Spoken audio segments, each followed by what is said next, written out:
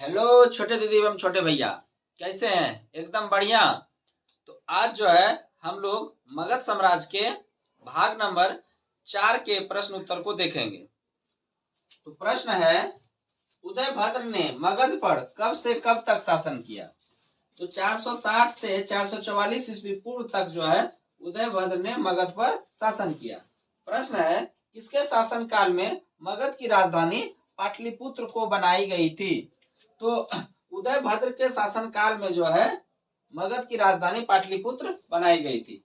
प्रश्न है, हर्यक वंश का अंतिम शासक कौन था?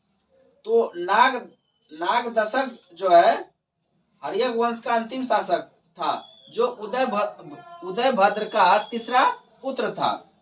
प्रश्न है, हर्यक वंश की समाप्ति के बाद मगध पर किस वंश का शासन स्थापित हुआ?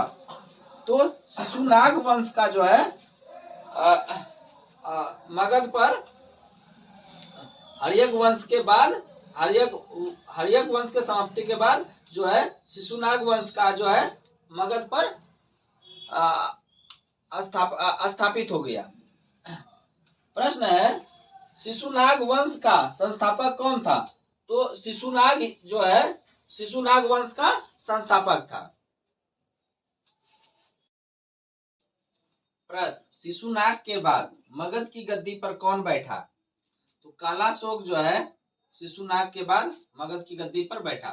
प्रश्न है, किसके शासन में बौद्धों की दूसरी संगति हुई और किस स्थान पर?